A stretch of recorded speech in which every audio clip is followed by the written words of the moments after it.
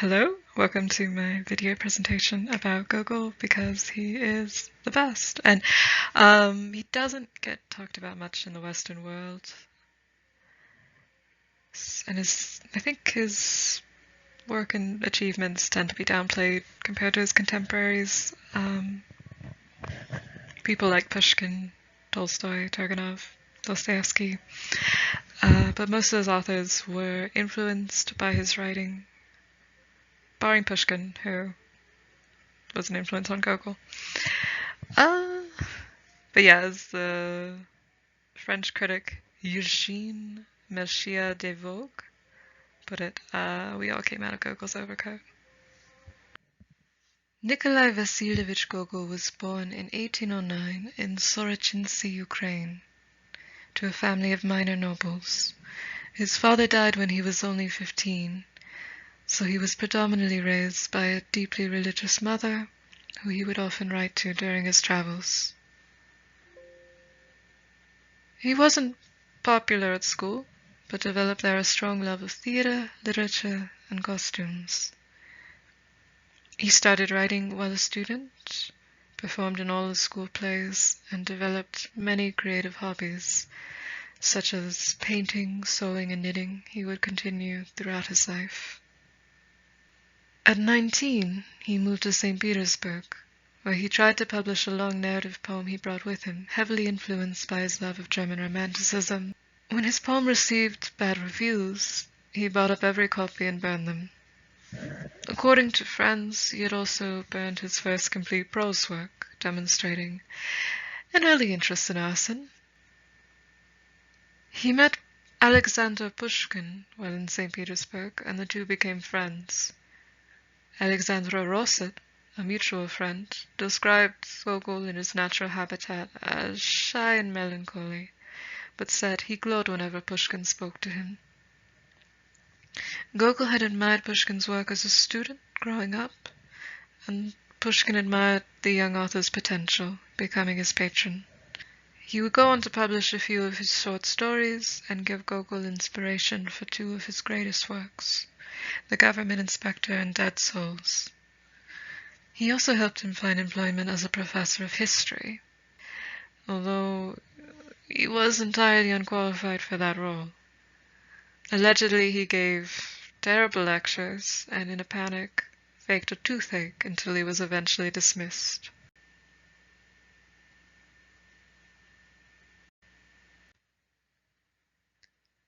Here is a quote from a young Gogol while he was still at school.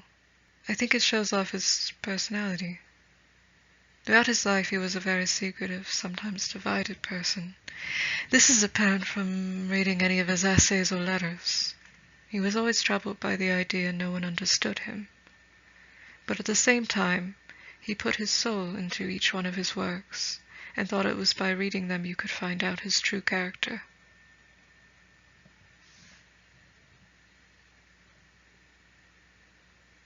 This divided nature comes out in his writing, I think, where you see a melding of genres. He had a knack for writing comedies with tragic endings and tragedies with comic endings. Pushkin said of him, "Behind his laughter you feel the unseen tears." For this reason, I don't think it's fair to divide his short stories into serious dramas and comedies. So instead, I'll divide them into Slavic folklore and Petersburg tales.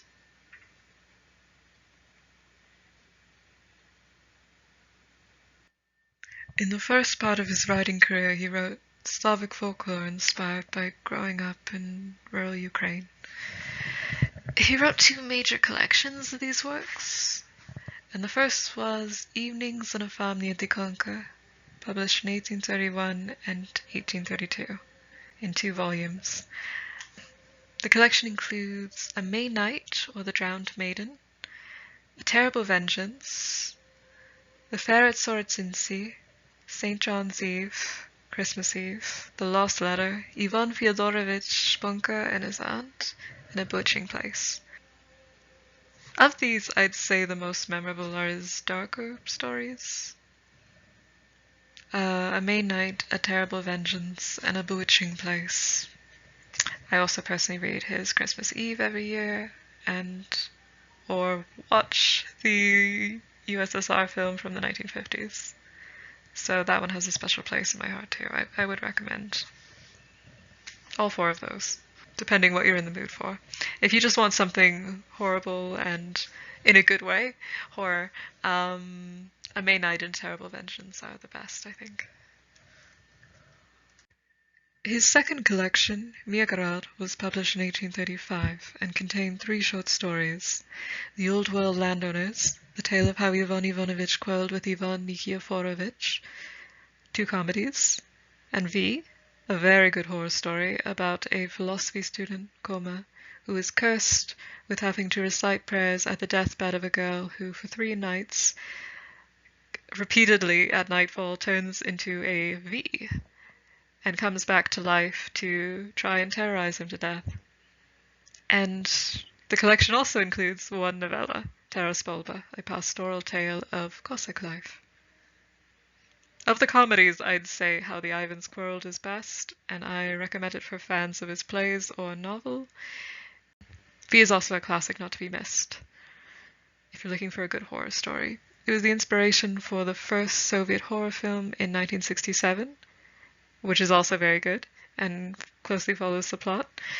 Up until then, horror films had been banned. About his early works, Gogol wrote, "I imagined every conceivable kind of funny story. I dreamed up droll characters and figures out of thin air and purposely placed them in the most comical circumstances, with never a thought why I was doing it or what profit I could make from it.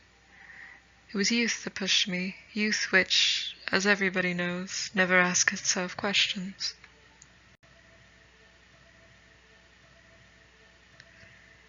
He would move away from writing folklore and pastorals in the next half of his career, focusing on writing predominantly stories set in St. Petersburg, where he now lived. He would publish 3 short stories and 2 fragments in his next collection, Arabesques, and 4 standalone stories in the following years. Of these, the most famous is certainly The Overcoat, a very unusual ghost story about retribution, following Akaky Akakievich, funny name, a poor clerk with dreams of grandeur. His greatest desire in life is to own a nice coat, so he doesn't freeze to death come winter. It is a great story I highly recommend, starting with if you have not read anything by Gogol or any of his short stories, and you'd like to start. It is probably one of his greatest works, and also the last, published in 1842, the same year as Part 1 of Dead Souls. It is now held as a defining example of Russian naturalism. Also well loved are his 2 tragic comedies, Diary of a Madman and The Nose. Diary is my favorite. It has a man slowly unraveling as he loses his mind in a comedic but sad way, who thinks the dogs are conspiring against him. I also strongly recommend reading The Portrait and Nevsky Prospect. They are criminally slept on. The Portrait is a very good story about the perils of an artist selling out, or indeed selling their soul to a portrait for fame and fortune. I suspect it inspired the picture of Dorian Gray. And Nevsky Prospect, a fascinating character study following 3 very different men who live on the same street.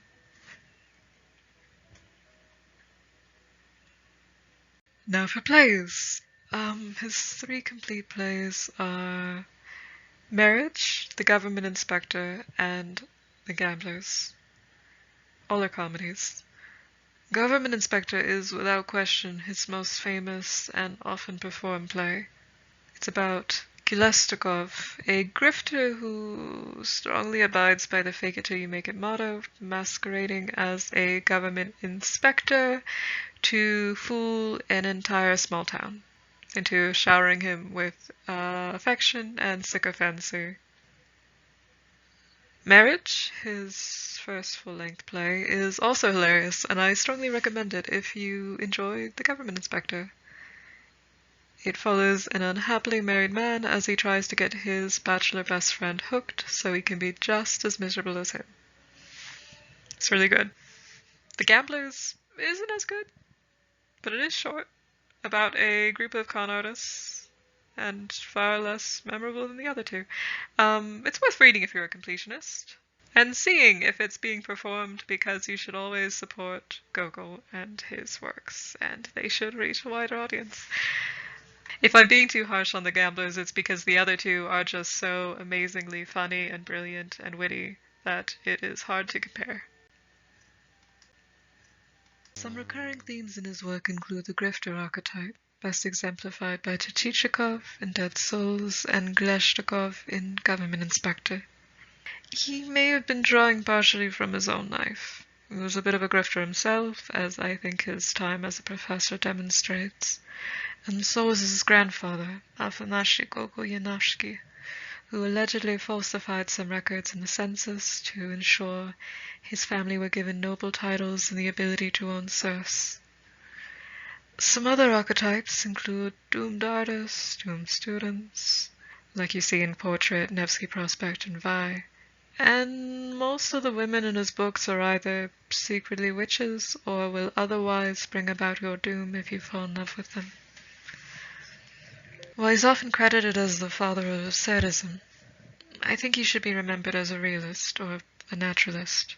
Most of his work is realistic, and unlike most of his contemporaries, he chose as his protagonist ordinary men trying to improve their lot in life, not romantic heroes and wealthy aristocrats. I think the only real example of absurdism is in his proto-surrealist work, The Nose, and perhaps Diary of a Madman. But even Diary makes it clear it's about a man losing his grip on reality.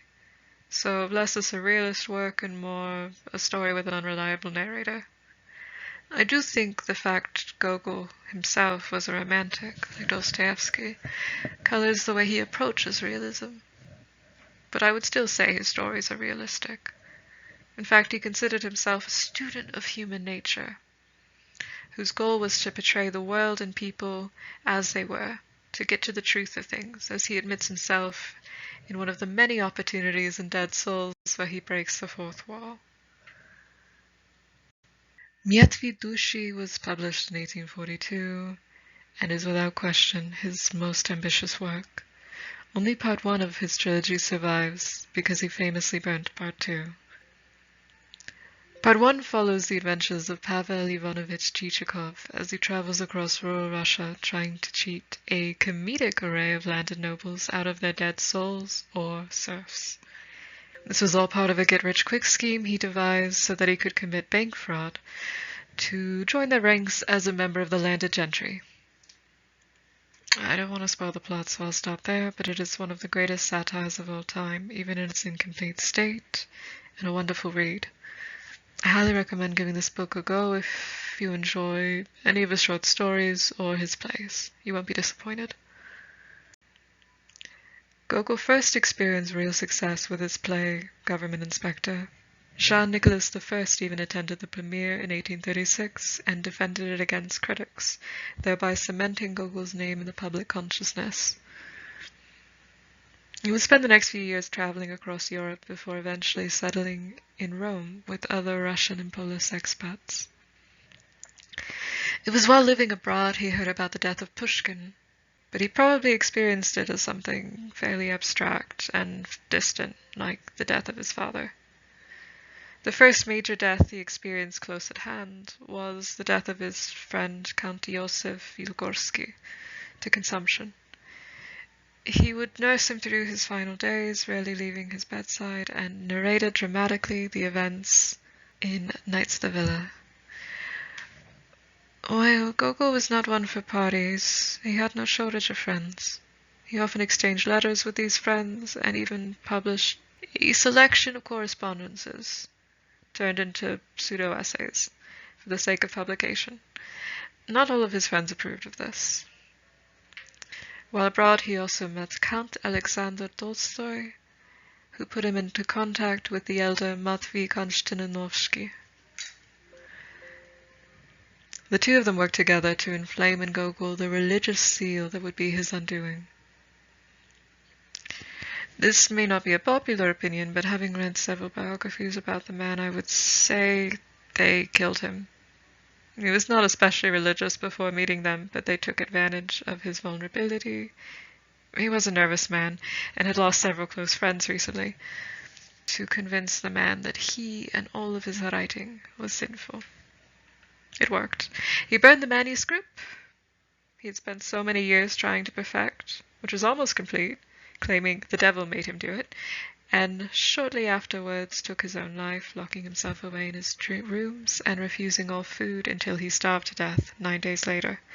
I'm sure the fact that doctors, against his will, kept bleeding him with leeches didn't help.